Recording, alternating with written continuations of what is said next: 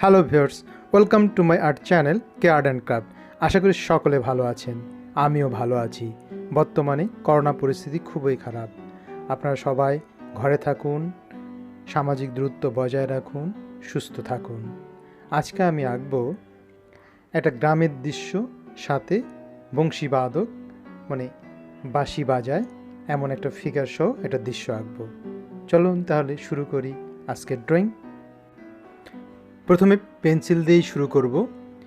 দূরে যে দিগন্ত রেখা সেই লাইনটা টানলাম, তারপর দিগন্ত রেখার পরে একটা যে নদী থাকবে সেই নদীর লাইনটা টানলাম, এবং দিগন্ত রেখার পরে যে গাছ সেই গাছের অংশটা আঁকছি আঁকা বাঁকা করে দূরে ছোট ছোট। তারপর নদীর পরে ছোট ছোট লম্বা লম্বা লাইন দিচ্ছি ছোট ছোট গ্যাপে, যেগুলো হলো জমি বা ক্ষেত। এবং একেবারে শেষে যে লাইনটা দিলাম এখান থেকে একটা গাছ ড্রয়িং করব, গাছটা উপরে উঠবে বাম পাশে, গাছের উপরে শাখা প্রশাখাগুলো আঁকছি। এই গাছের নিচেই বংশীবাদক মানে বাঁশি বাজায় সেই লোকটার ফিগার আঁকবো, গাছের পাশে বসে আছে। ফিগারের জন্য প্রথমে একটা গোল দিলাম মাথার জন্য, তারপরে গলার লাইন দুটো দিলাম, তারপরে বডির লাইনের জন্য যেভাবে আমি দিই সেভাবে দিলাম বডির স্ট্রাকচারটা। এরপর বসে থাকার স্ট্রাকচারটা তৈরি করলাম। এবার ঘাড়ের ওখান থেকে হাত ড্রয়িং করছি, যে হাতটা দিয়ে বাঁশি ধরে থাকবে। কোনোই পর্যন্ত আঁকলাম, তারপর বাঁকিয়ে দিলাম। এখন বাঁশি ধরা অবস্থায় হাতটা আঁকলাম, বাঁশি এঁকে দিচ্ছি, বাঁশির ড্রয়িংটা করলাম। এরপর ফেসটার ডিটেলটা বের করব, চোখের ওইখানে নাক, তারপর মুখ আঁকলাম, তারপর গলাটা আঁকলাম, উপরে চুল, কান শেপটা আঁকলাম এবং চুল দিয়ে দিলাম। এরপর গেঞ্জি পরা অবস্থায় থাকবে লোকটা, গেঞ্জির ড্রয়িং করে দিচ্ছি। হাতের যে ড্রয়িং সেই ড্রয়িংটা এখন স্পষ্ট করে দিলাম। কোমরে একটা গামছা বাঁধা থাকবে, গামছা বাঁধা অবস্থায় গিট দেওয়া আছে সেটা আঁকলাম। নিচের লুঙ্গিটার ড্রয়িং করে দিলাম। তারপর নিচে যে লাইনের উপর বা যে জায়গাটাতে বসে আছে এবং সরাসরি একটা লাইন থাকবে, লাইনে কতগুলো ঘাস এঁকে দিচ্ছি। ঠিক ওটার পরেই এদিকে একটা রাস্তা থাকবে, উপরে হলো গাছের ঝোপটা এঁকে দিচ্ছি। গাছের ঝোপটার পুরোপুরি না, একটু অংশ দেখা যাবে, বাকিটা উপরে উঠে গেছে, সেটা আঁকা নেই। দূরে একটা নৌকা বাঁধা আছে ওই পারে, নদীর ওই পারে, সেটা এঁকে দিলাম। এটা হলো মাঝামাঝি বরাবর একটা বাঁশে সেটা বাঁধা আছে। তারপর একেবারে ডান পাশে একটা গ্রাম, নদীর ওই পারে একটা গ্রাম, একটা ঘর, উপরে গাছ এবং দুই পাশে দুটো তাল গাছ আঁকলাম। এরপর রাস্তাটা কতগুলো লাইন টাইন দিলাম। তারপর একেবারে সামনের দিকে কতগুলো ঘাস এঁকে দিচ্ছি। এর আগে যে ঘাসগুলো এঁকেছিলাম তার চেয়ে এই ঘাসগুলো একটু বড়, যেহেতু পার্সপেক্টিভের কারণে মানে পরিপ্রেক্ষিতের কারণে সামনে যে জিনিস যত এগিয়ে আসে সেটা তত বড় হয়।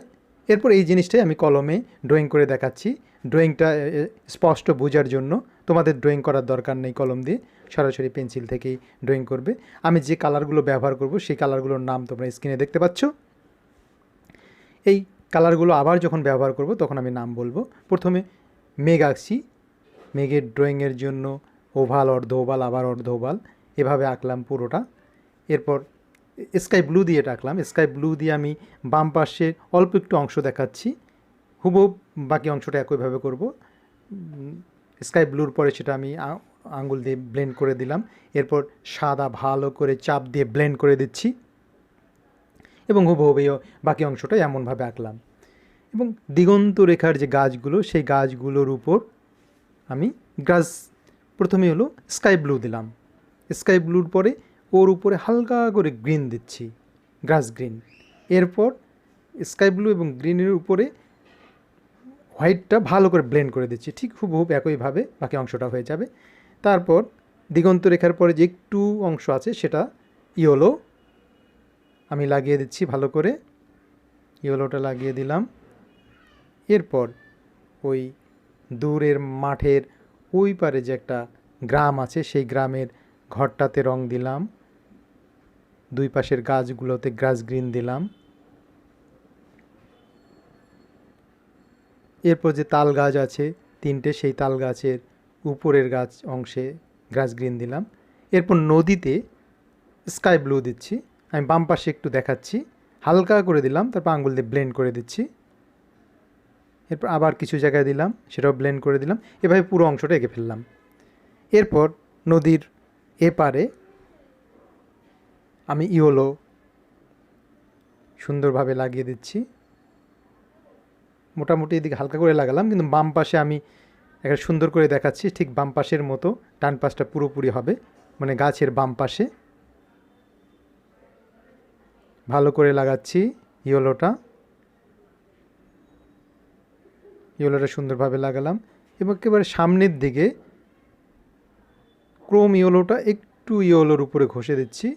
এটা হলো কালার পার্সপেক্টিভের কারণেই, কালার যতই দূরে যায় সেটা হালকা হয়। এরপর গ্রাস গ্রিন দিয়ে যে লাইনগুলো দিয়েছিলাম সেই লাইনগুলো বরাবর হালকা হালকা করে লাগিয়ে দিচ্ছি, যাতে মনে হয় ক্ষেতের পরে যে আল বা জমি যে ভাগ করা থাকে উঁচু উঁচু অংশ দিয়ে, সেগুলোর পাশে যে ঘাস জন্মায় সেগুলো দেখাচ্ছি। একইভাবে পুরো অংশটা আমি এঁকে ফেললাম। এরপর রাস্তাটা আঁকবো। রাস্তাটা প্রথমে ইয়েলো আকার দিচ্ছি, হালকা করে, খুবই হালকা করে, চাপ দিয়ে না, হালকা করে ইয়েলো আকার দিলাম। এরপর ইয়েলো আকারের পরে রসিয়ানা দিচ্ছি। ইয়েলো আকারের উপর যে লাইনগুলো দিয়েছিলাম লাইনগুলোতে বেশি করে এবং বাকি অংশগুলোতে হালকা করে দিচ্ছি ইয়েলো রসিয়ানা। ইয়েলো আকারের উপর রসিয়ানা দিলাম। এখন আঙ্গুল দিয়ে ব্লেন্ড করে দিচ্ছি, তাহলে রঙটা মিশে গেল ইয়েলো আকার এবং রসিয়ানা। এরপর রাস্তার ওই পাশে, মানে ঘাসের কাছাকাছি গ্রাস গ্রিন দিচ্ছি একটু হালকা করে। রাস্তার দুই পাশে যে গ্রিন গ্রিন ভাব থাকে সেটা বোঝার জন্য। এপারেও যে বড় ঘাসগুলো আছে সেই ঘাস বরাবর গ্রাস গ্রিন দিচ্ছি। মোটামুটি ফাঁকা জায়গাগুলোতে ঘাসগুলোর উপর দিলেও সমস্যা নেই, চলবে। এরপর দুই মাথায় ইয়েলো আকারটা আবার সুন্দর করে দিলাম।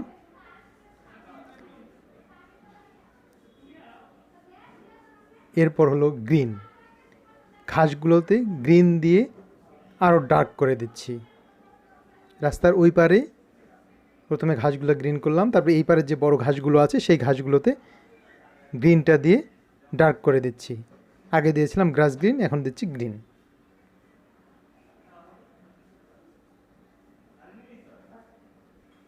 হয়ে গেল। এরপর গাছটাতে রং করছি, রসিয়ানা দিচ্ছি।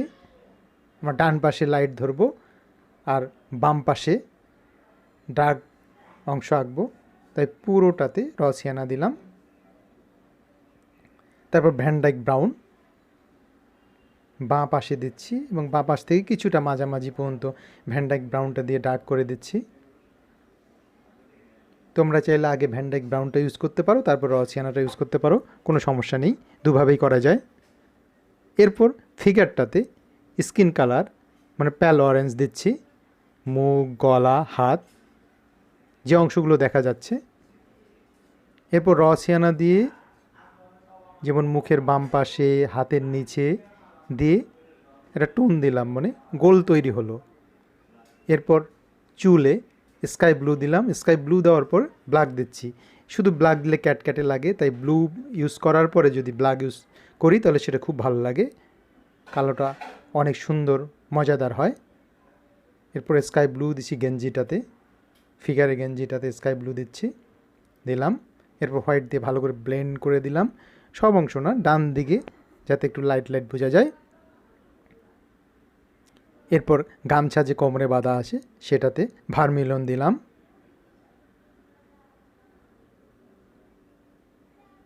ভার্মিলনের পর একটু হোয়াইট তার উপর ব্লেন্ড করে দিলাম। এরপর লুঙ্গিটার যে ড্রয়িংগুলো আছে চেক সেই চেকগুলোতে ভার্মিলন দিচ্ছি। তারপর হালকা করে সব জায়গায় একটু দিলাম এবং আঙ্গুল দিয়ে ব্লেন্ড করে দিলাম যাতে টেক্সচারটা তৈরি হলো।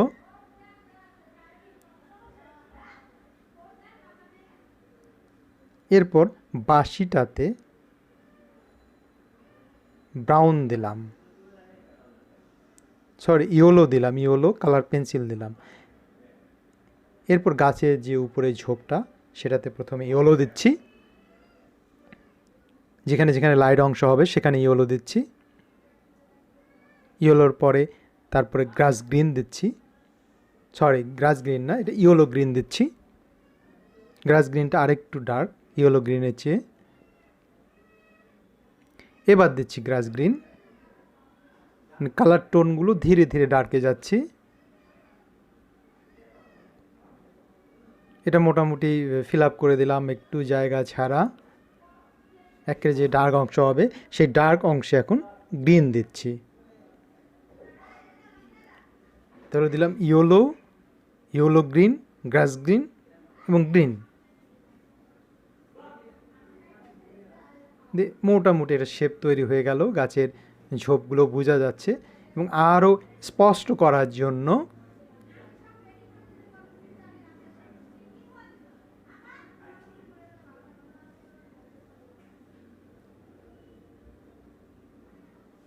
এবার হলো কোবাল্ট ব্লু ইউজ করছি, মানে ব্যবহার করছি, কোবাল্ট ব্লু দিচ্ছি আরও ডার্ক তৈরি করার জন্য। একেবারে নিচের দিকে এবং কিছু কিছু উপরের দিকে মাঝামাঝি পর্যন্ত যাচ্ছি। এখন হলো গাছটার যে ঝোপটার ওয়েট তৈরি হলো এবং ঝোপগুলো বেশ ঝোপের মতো মনে হবে।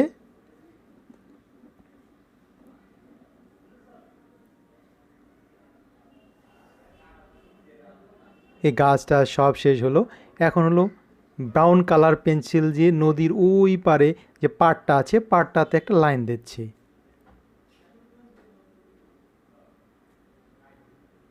তারপরে ব্ল্যাক কালার পেন্সিল নিলাম, নৌকাটাতে প্রথমে ব্রাউন দিলাম দুটা নৌকাতে, তারপর ব্ল্যাক দিয়ে একটু ড্রয়িং বের করে দিলাম। এরপর আবার ব্রাউন দিয়ে নৌকাটার শ্যাডো দিচ্ছি, মানে ছায়া দিচ্ছি। পানিতে যে রিফ্লেকশন পড়ে সেই রিফ্লেকশনটা দিলাম। তাল গাছ এবং গ্রামটার রিফ্লেকশন মানে প্রতি ছায়া দিচ্ছি হলো গ্রিন দিয়ে। এরপর গাছটার বাম পাশে একটু ব্ল্যাক দিয়ে ড্রয়িং করে দিলাম। সব জায়গায় লাইন ড্রয়িং করে দিলে ভালো লাগে না, কিছু কিছু জায়গায় দিলে ভালো লাগে। গাছের হলো এই অংশটাতে দিলাম। এদিকে ফিগার যে বসে আছে সেই গামছার বাঁধার ড্রয়িংটা এবং নিচের দিকে একটু ড্রয়িং করে দিলাম আর আউটলাইন দিয়ে দিলাম। চুলটা একটু ঠিক করে দিলাম। এই ড্রয়িংটা মোটামুটি শেষ হয়ে গেল। এরপর সিগনেচার দিয়ে দিলাম। আশা করি ড্রয়িংটি আপনাদের ভালো লেগেছে। আপনারা যারা এখনও আমার চ্যানেলটি সাবস্ক্রাইব করেননি এখনই সাবস্ক্রাইব করে বেল বাটনটি অন করে দিন। আর সবাই ভালো থাকুন, সুস্থ থাকুন, করোনা থেকে মুক্ত থাকুন। সবার জন্য অনেক অনেক শুভকামনা।